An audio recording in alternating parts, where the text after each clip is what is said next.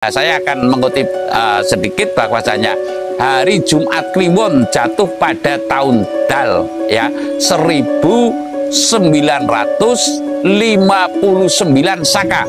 Nah, pada tahun 1959 Saka, kalau kita mengatakan ini adalah angka yang keramat semua. Yang saya tahu kelihatannya ada beberapa bangsa ini ya, anak bangsa ini yang petantang petuntung, ketone koyo-yoyo. Bayangkan andai kata kita itu ikut terlibat perang.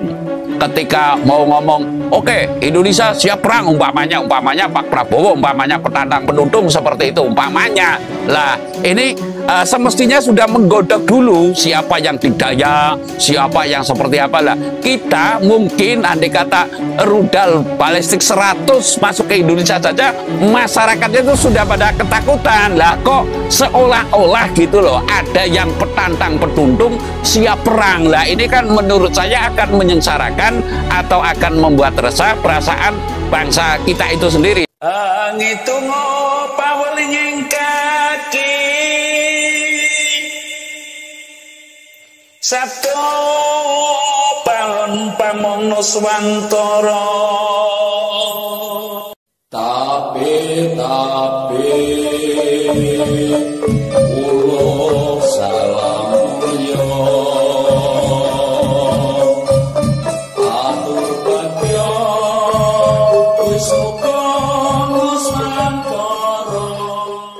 Hong wilahing jati nuhuni hajat jati leluku nusantara tapi uluk salam mulia.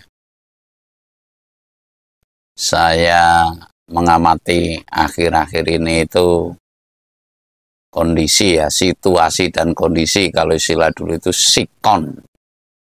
Situasi dan kondisinya masyarakat baik tatanan sosial, ekonomi, politik, budaya, dan keamanan itu kalau bagi yang mau menghayat dalam arti kehidupan itu kan semestinya penuh dengan penghayatan.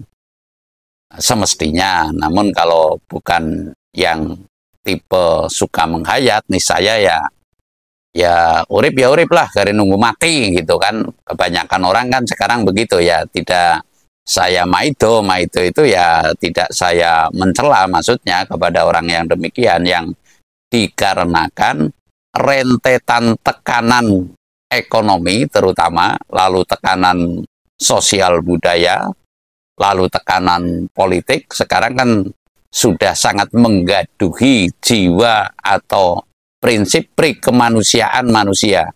Yang semestinya manusia mesti berberi kemanusiaan, sekarang banyak terjadi yang mungkin berperi yang tidak kemanusiaan, atau kata kasar ada yang mengatakan pri kehewanan itu dibiasakan atau terhalalkan ya, seolah-olah terhalalkan, bukan berarti terhalalkan, namun seolah-olah terhalalkan demi mendapatkan mungkin sesuap nasi, demi mendapatkan mungkin ya sepotong kue atau sesen 2 sen rupiah, taruhlah uang lah intinya.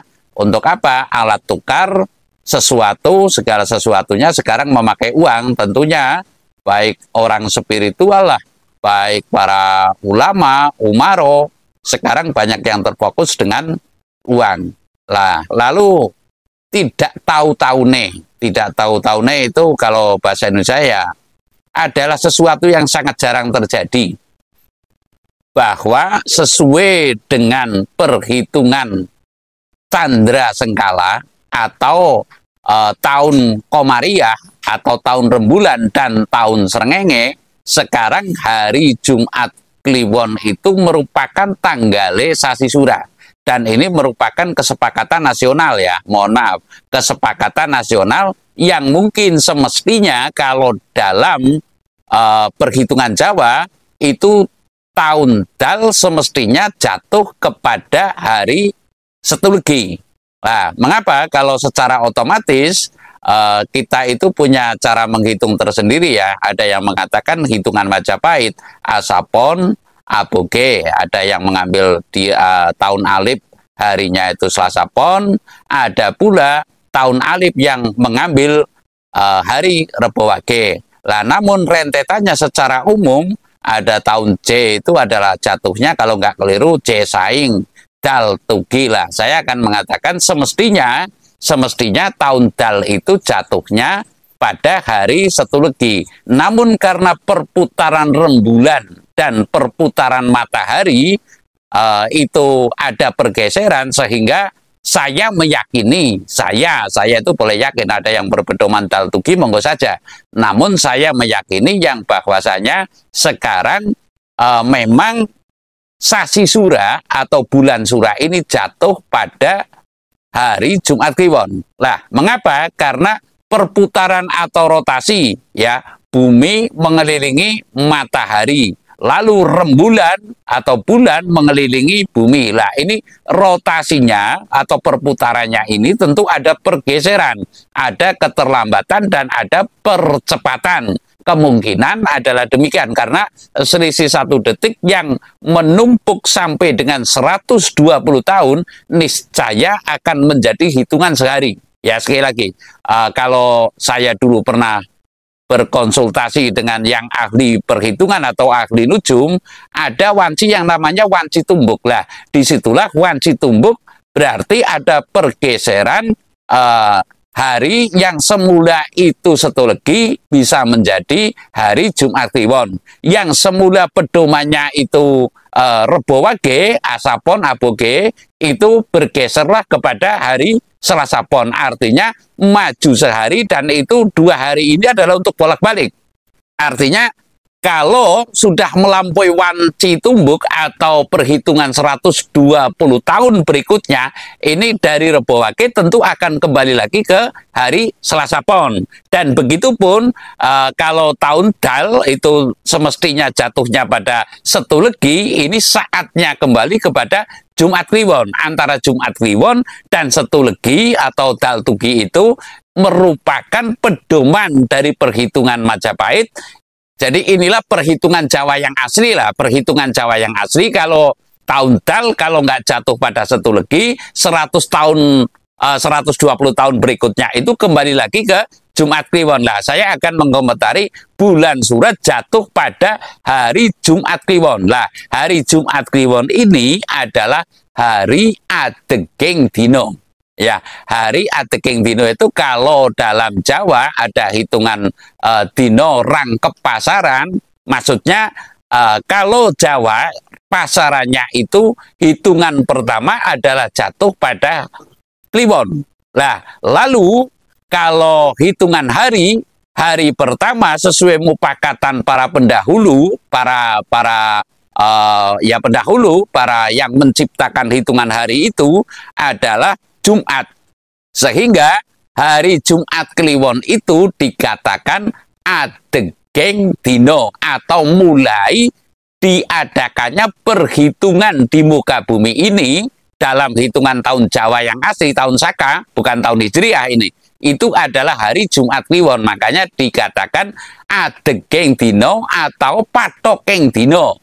Lah, kalau Rebo Manis itu merupakan kantong dino. Kantong dino yang termaksud kalau Rebo Manis itu, Rebo itu jenjemnya 7, jumlah hari juga ada 7. Kalau manis itu jemnya jumlahnya maksudnya itu 5. Sehingga kalau Rebo Manis dikatakan kantong dino. Makanya yang namanya hari Rebo Manis niscaya sudah secara otomatis tidak akan pernah terjadi untuk tanggaling tahun dan bahkan tanggaling sasi dan apalagi tanggaling windu walaupun bergeser seperti apapun. Mengapa demikian? Karena itu kantong dino. Kantong dino itu konon ceritanya nanti untuk ngulung jagat itu adalah hari Rebo Manis. Makanya ada istilah Rebo Wekasan. Lah, saya akan mengutip sedikit bahwasanya hari Jumat Kliwon jatuh pada tahun Dal ya 1959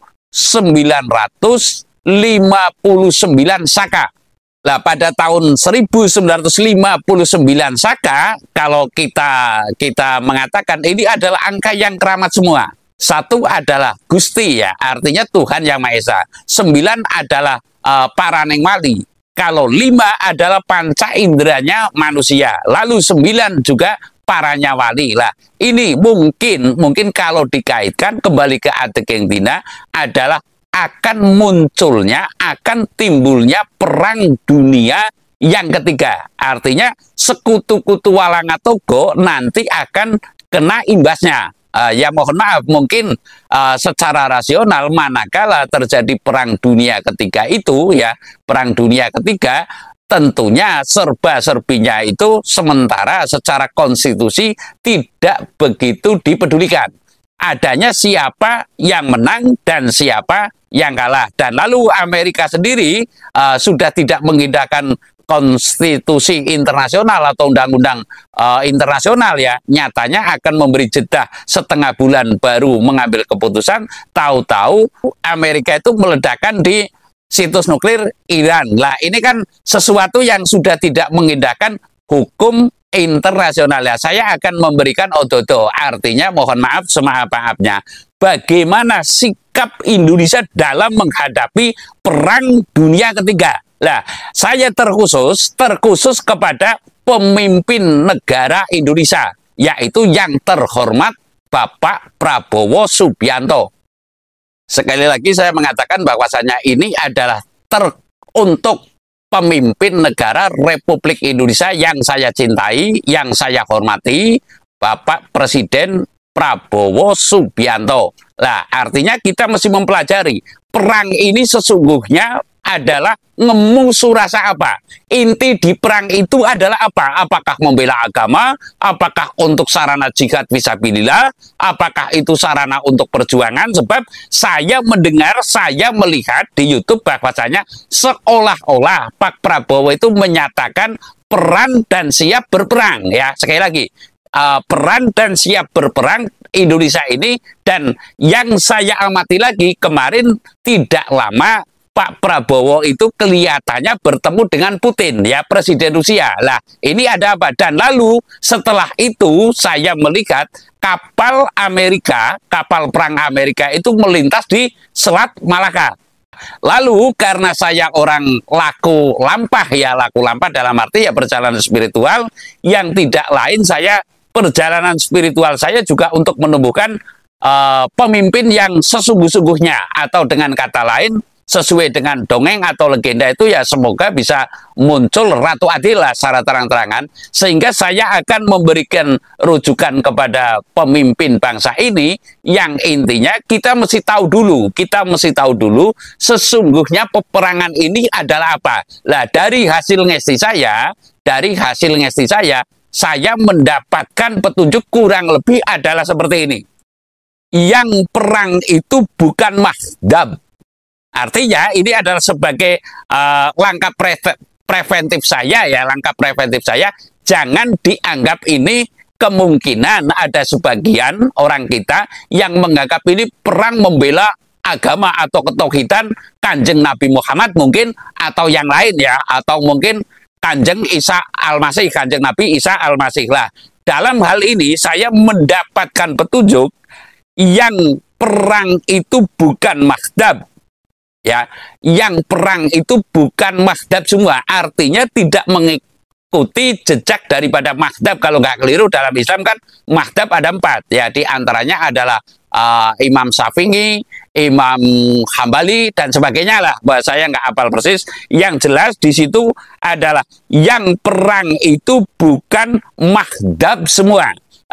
Saya menyimpulkan, rekam rasa saya adalah dalam hal ini berarti tidak yang di depan sana, ya mungkin Ali Khomeini siapa itu, Iran itu juga saya yakin tidak mutlak untuk membela keimanan, keyakinannya. Artinya bukan mazdab semua, tidak mempertahankan keimanan atas nama Rasulullah menurut petunjuk yang saya terima. Petunjuk yang saya terima ya petunjuk, kalau memang mau dilawan ya dengan petunjuk begitu. Artinya saya memberikan ododo sikap kita mesti seperti apa.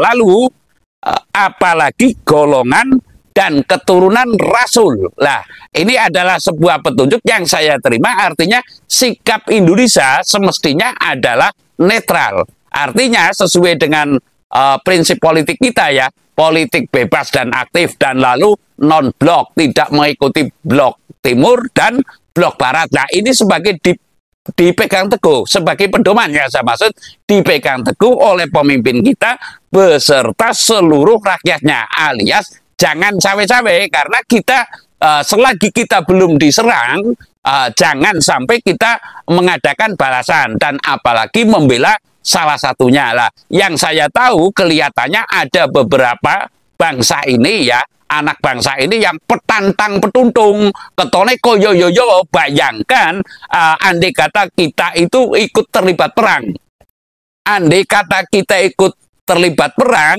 bangsa ini kemampuannya apa? Ya di luar militer lah. Artinya saya melihat imbas kepada masyarakat. Imbas kepada masyarakat ini rata-rata pol-pole paling ya tukang konto PSHT, kalau istilah Banyumas itu konto atau silat ya. Lah ini kan paling jago-jagoannya itu. Lah sedangkan di sana rudal balistik apa itu yang bisa terbang dengan ribuan kilometer sudah siap untuk menyerbu negara kita. Kira-kira apa jadinya? Jadi ketika kami siap untuk apabila telah ada mufakat, lalu seolah-olah petantang penundung lah siap perang, boleh. Namun manakala kita sudah ada yang menyerang, satu. Yang kedua kalinya, dari dahulu kala kita hanya mengandalkan, terutama itu kemerdekaan juga mengandalkan keajaiban. Artinya keajaiban seperti Kanjeng Pangeran Diponegoro umpamanya, ditangkap nggak kelihatan. Nah ini kan sebuah keajaiban. Nah sementara ini saya belum melihat persis ada ulama yang khos atau brahmana yang khos atau yang digdaya sekti mondro gunut tinatak mendat jinorometer kayak Bung Karno ini kan belum ada lah. Kalau mungkin sudah dipersiapkan sebelumnya ketika mau ngomong oke, Indonesia siap perang umpamanya Pak Prabowo umpamanya petantang penuntung seperti itu umpamanya. Lah ini semestinya sudah menggodok dulu siapa yang didaya, siapa yang seperti apa lah. Kita mungkin andai kata rudal balistik 100 masuk ke Indonesia saja, masyarakatnya sudah pada